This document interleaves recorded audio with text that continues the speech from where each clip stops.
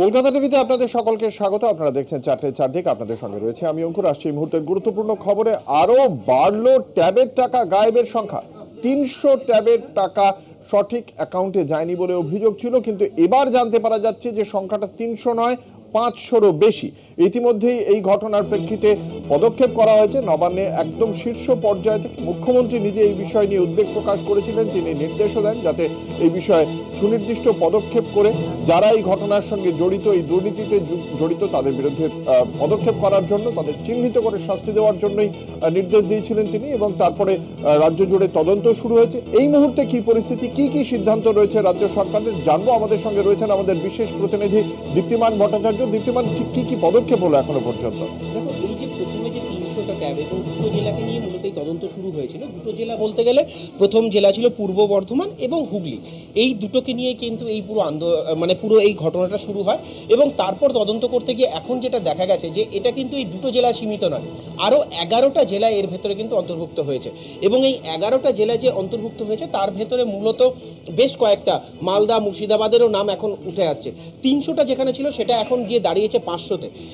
ইতিমধ্যেই যেটা জানা যাচ্ছে, একটু আগেই আমরা যে খবর পেলাম সেখানে কিন্তু স্পষ্ট বলা হচ্ছে যে প্রত্যেকটা জেলা থেকে ৩০০ জন পড়ুয়াকে কিন্তু ইতিমধ্যেই টাকা ফেরত দেওয়া হয়েছে। অর্থাৎ এই যে ৩০০ জন পড়ুয়াকে যে টাকা ফেরত দেওয়া হয়েছে, বাকি যে ২০০ জন রয়েছে এদেরও এখন ইনভেস্টিগেশন চলছে যে এদের প্রপার ডকুমেন্টস কী কী দেওয়া হয়নি, আদৌ কি এরা পাওয়ার যোগ্য কিনা, সেই বিষয়গুলো খতিয়ে দেখা হচ্ছে। সেই খতিয়ে দেখে তারপর কিন্তু বাকি সিদ্ধান্ত নেওয়া হবে। 11টা জেলা নয়, এই 11টা জেলা বাদ দিয়ে আর কোন কোন জেলা রয়েছে ইতিমধ্যে ডিজিকে কিন্তু সেই ব্যাপারে পুরো পূর্ণাঙ্গ তদন্ত রিপোর্ট দিতে বলেছেন মুখ্য সচিব। কোন কোন জেলা রয়েছে এর বাইরে, এই 11টা জেলার বাইরে, সেখানে কি ধরনের কারা কারা এর ভেতরে ইনভলভ ছিলেন, কারা কারা ডেটা এন্ট্রি করতে গিয়ে কারা কারা রয়েছেন, এই পুরো বিষয়গুলোকে কিন্তু ডিজিকে দেখতে বলেছেন। পাশাপাশি আরেকটা বিষয় যেটা এখন সবথেকে গুরুত্বপূর্ণ বিষয় হয়ে দাঁড়িয়েছে, সেটা হলো তথ্য প্রযুক্তি দপ্তরের যারা বিশেষজ্ঞরা রয়েছেন তারা এবার এইটাকে আলাদাভাবে তদন্ত শুরু করছেন। 18 লক্ষ ছেলে মেয়ে যারা এই টাকা পাওয়ার যোগ্য ছিলেন তাদের পুরো ডেটা তারা নিয়েছেন।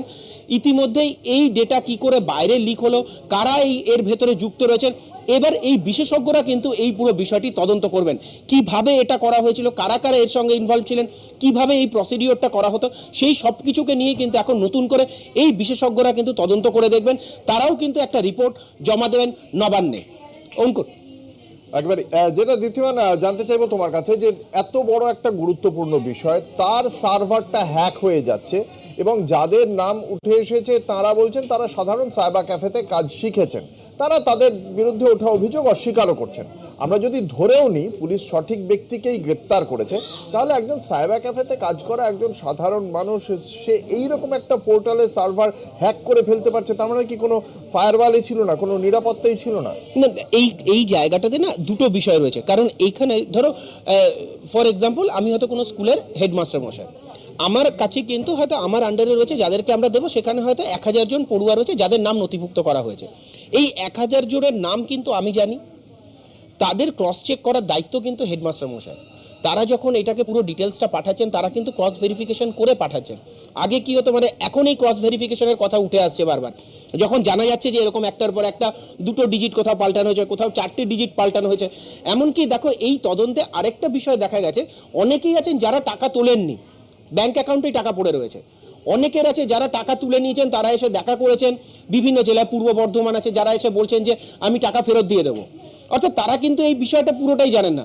সুতরাং এই যে পুরো ব্যাপারটা করা হয়েছে, এটা একটা র্যান্ডামলি করা হয়েছে।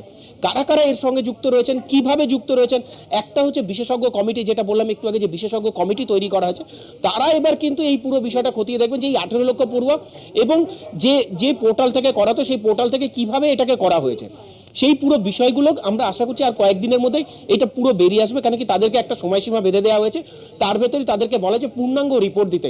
এই 18 লক্ষ পড়ুয়া এবং এদেরকে যারা ডেটা এন্ট্রি করছেন, তারা মালদা থেকে একজনকে গ্রেফতার করা হয়েছে যিনি স্কুলে ডেটা এন্ট্রি করতেন, ব্যাংকের সঙ্গে লিয়াজও মেনটেন করতেন। সুতরাং তার এখানে একটা বিষয় রয়েছে যে তিনি কিভাবে এই কাজটা করতেন, কিভাবে ব্যাংকের এই ডেটাগুলোকে কিভাবে তিনি করেছেন। আরেকটা বিষয় এখানে, এর পরের বার থেকে যাতে কোনো রকম এই ধরনের ঘটনা না ঘটে তার জন্য কিন্তু ইতিমধ্যে বেশ কয়েকটা পদক্ষেপ নেওয়া হয়েছে সরকারের পক্ষ থেকে। সেটা হলো যে এবার থেকে বলা হয়েছে যারা যারা এই ট্যাবের টাকার জন্য নথিভুক্ত হবেন তাদের সেখানে একটা করে আধার কার্ড দিতে হবে। অর্থাৎ আধার কার্ডের সঙ্গে তাদের এই অ্যাকাউন্টের লিঙ্কটা থাকবে, তাহলে পরে বোঝা যাবে যাতে এই ধরনের দুর্নীতি বা এই ধরনের কোনো ঘটনা আর না ঘটে, সেই ব্যবস্থাগুলো যেন করতে পারে। একেবারে ধন্যবাদ। আমাদের সঙ্গে ছিলেন আমাদের বিশেষ প্রতিনিধি দীপ্তিমান ভট্টাচার্য। যে কথা আমরা জানতে পারলাম যে ট্যাবের টাকা গায়েব হওয়ার ঘটনার প্রেক্ষিতে কিন্তু রাজ্যের পক্ষ থেকে একাধিক পদক্ষেপ করা হচ্ছে। দীপ্তিমান যেমন জানালেন যে তথ্য প্রযুক্তি দপ্তরের পক্ষ থেকেও কিন্তু বিশেষ পদক্ষেপ করা হয়েছে এবং সেক্ষেত্রে তারা দেখবেন এই যে যেভাবে এই সার্ভার হ্যাক হয়ে গেল, সেক্ষেত্রে তথ্য প্রযুক্তি বিশেষজ্ঞরা দেখবেন যে কারা এই সার্ভার হ্যাকের সঙ্গে যুক্ত থাকতে পারেন, কাদের কাছে সমস্ত ডকুমেন্টস আসতো, ইউজার আইডি পাসওয়ার্ড ছাড়াও যে সমস্ত লিঙ্ক সংক্রান্ত যে বিষয়গুলি থাকে, সেই যাবতীয় বিস্তারিত রিপোর্ট নিচ্ছেন তথ্য প্রযুক্তি দপ্তরের বিশেষজ্ঞরা।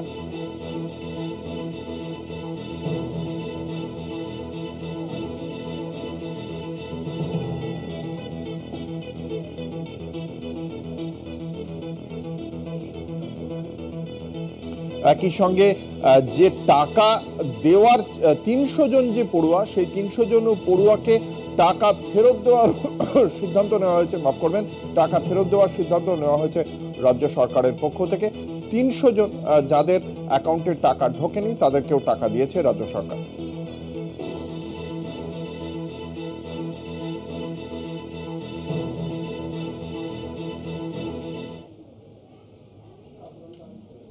এই ঘটনার তদন্তও শুরু হয়েছে যে কিভাবে এই ট্যাব দুর্নীতি হলো। এক্ষেত্রে যেহেতু প্রধান শিক্ষকদের বিরুদ্ধে এই তদন্ত হচ্ছে, তার কারণ তাদের কাছেই সমস্ত কোন কোন ছাত্র এই তরুণের স্বপ্ন ক্ষেত্রে কাদের নাম নথিভুক্ত করবে রাজ্য সরকার, কাদের অ্যাকাউন্টে টাকা যাবে, সেই বিষয়টির সঙ্গে যেহেতু এক একটি সংশ্লিষ্ট স্কুলের প্রধান শিক্ষকের কাছে যেহেতু আসতো, সেই কারণেই এই বিষয়টি প্রধান শিক্ষকদের কাছেই জানতে চাওয়া হচ্ছে। শহর কলকাতাতেও একাধিক অভিযোগ, এছাড়া রাজ্যের অন্যান্য জেলাতেও অভিযোগ জমা পড়েছে। আমরা এই বিষয়ে বিশদে জানবো ঠিক কতজন পড়ুয়ার টাকা গায়েব হয়ে গিয়েছে এবং কিভাবে তদন্ত প্রক্রিয়া চলছে। আমাদের সঙ্গে রয়েছেন আমাদের প্রতিনিধি রিয়া মাজির। রিয়া, কি জানতে পারা যাচ্ছে এখনো পর্যন্ত তদন্ত প্রক্রিয়া কিভাবে চলছে? দুর্নীতি চলছে, সেই জায়গায় দাঁড়িয়ে কলকাতা পুলিশের কাছে ইতিমধ্যেই একাধিক কেস রেজিস্টার হয়েছে এবং জানিয়ে রাখবো যে 9টা থানায়, শহরের এখনো অবধি প্রায় 9টা থানাতে এই অভিযোগ এসেছে, যার মধ্যে রয়েছে যাদবপুর, কসবা, সরসুনা, মানিকতলা, বেনিয়াপুকুর, ওয়াটগঞ্জ। এই 6টা থানা গতকাল অবধি ছিল এবং আজকে সকাল থেকে আরও 3টি থানা অ্যাড হয়েছে যেখানে অভিযোগ জমা পড়েছে। তার মধ্যে হচ্ছে গল্ফ গ্রিন, জোড়াবাগান এবং ভবানীপুর। এই 9টি থানায় অভিযোগ এসেছে এবং এই স্কুলের তরফ থেকেই কিন্তু এই অভিযোগ জানানো হয়েছে এবং টোটাল স্টুডেন্টের যে সংখ্যা, সেখানে দেখা যাচ্ছে যে 105 জন স্টুডেন্ট তারা তাদের অ্যাকাউন্টে টাকা পায়নি এবং সেই কারণের জন্যই অভিযোগ দায়ের হয়েছে।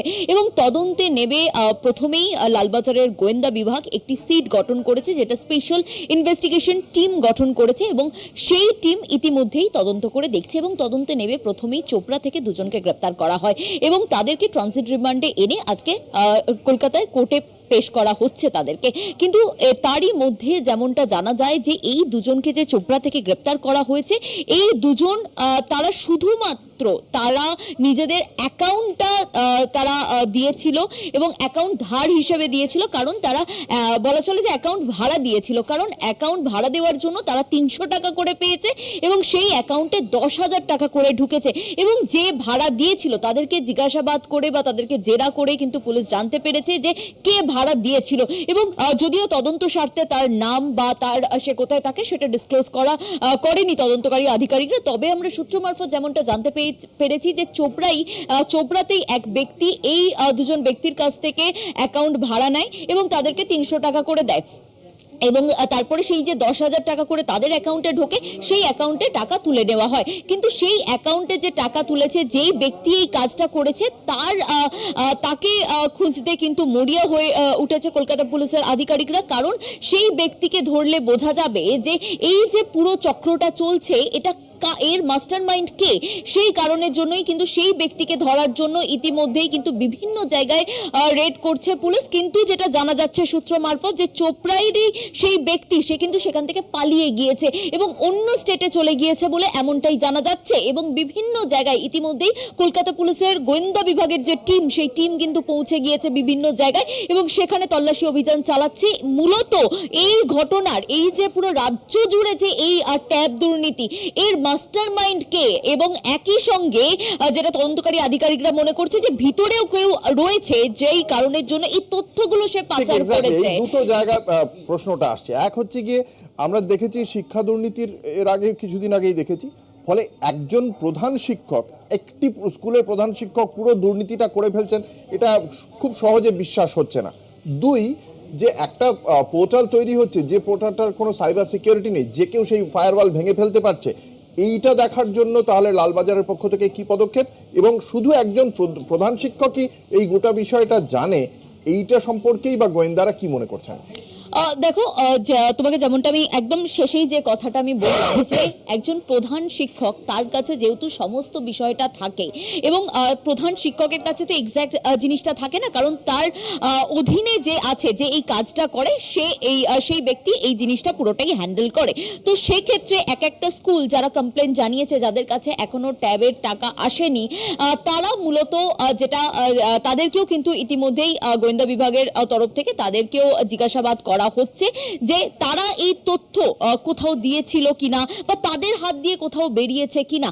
তবে যেটা মনে করা হচ্ছে যে পার্টিকুলার একটা স্কুলের প্রিন্সিপাল তো নয়, কিন্তু এর পেছনে ভিতরেরই কেউ রয়েছে বা কোনো স্কুলেরই কেউ রয়েছে যারা এই তথ্য বাইরে করেছে। এবং আরো একটা প্রশ্ন যেটা অঙ্কুরদা তুমি করলে যে এই যে ফায়ারওয়াল ভেঙে ফেলা বা এই সাইবার সিকিউরিটি কি রয়েছে, অবশ্যই এই ধরনের যে সরকারি কোনো প্রকল্প, তার কিন্তু সাইবার সিকিউরিটি যথেষ্ট থাকে এবং শুধু কলকাতা পুলিশ কেন, এর জন্য আলাদা টিম তৈরি থাকে, কারণ এটা যেহেতু রাজ্য জুড়ে পুরো বিষয়টা একটা টিম থাকে। যদি সাইবার সিকিউরিটি খুব বেশি থাকে তাহলে কি কলকাতা পুলিশ মনে করছে যে সর্ষের মধ্যেই ভূত? একদমই, সেটা তো না থাকলে এই জিনিসটা হওয়া সম্ভবই নয় কখনো। কারণ ওই যে বারবার বলছি যে তথ্য এখান থেকে যে তথ্য যেটা থাকে স্কুলের কাছে, সেই তথ্য বাইরে গিয়েছে, সেটা হয়তো পার্টিকুলার ভাবে সব স্কুল করেছে কিনা, এবার সব স্কুলের কেউ এক একজন করে রয়েছে কিনা, সেই বিষয়টাই কিন্তু খতিয়ে দেখছে গোয়েন্দারা। এবং শুধু কলকাতা পুলিশের টিম নয়, রাজ্য পুলিশেরও কিন্তু টিম তদন্ত হয়েছে এবং যৌথভাবে সেই কাজ করছে বলে কিন্তু আমরা এমনটাও জানতে পারছি যে যৌথভাবে তারা করে পুরো বিষয়টা একদম গোড়ায় কোথায় এই গলদ রয়েছে সেই জায়গাটা অবধি পৌঁছাতে চাইছে। তবে এখন অবধি যারা গ্রেপ্তার হয়েছে তারা কিন্তু শুধুমাত্রই একটা মিডলম্যান বলা চলে, বা তারা অ্যাকাউন্ট ভাড়া দিয়েছে। কারণ যে মেন কে এই তদন্তে বা এই কাজের সঙ্গে যুক্ত, সেই শিকড়টা কিন্তু এখনো অবধি পৌঁছাতে পারেনি পুলিশ, সেই কলকাতা পুলিশ হোক বা রাজ্য পুলিশ, এটা কিন্তু বলাই চলে। কারণ এখনো অবধি মেন কে বা কার হাত ধরেই এই পুরো বিষয়টা চলছে, বা সেটা এই স্টেটে বসে হচ্ছে কিনা, নাকি অন্য স্টেটে, নাকি বাইরের কোথা থেকে, নাকি শুধুই মাত্র এটা একটা সাইবার হানা, সেই পুরো বিষয়টা কিন্তু এখনো অবধি স্পষ্ট নয়। একেবারে ধন্যবাদ। আমাদের সঙ্গে ছিলেন আমাদের প্রতিনিধি রিয়া মাঝি।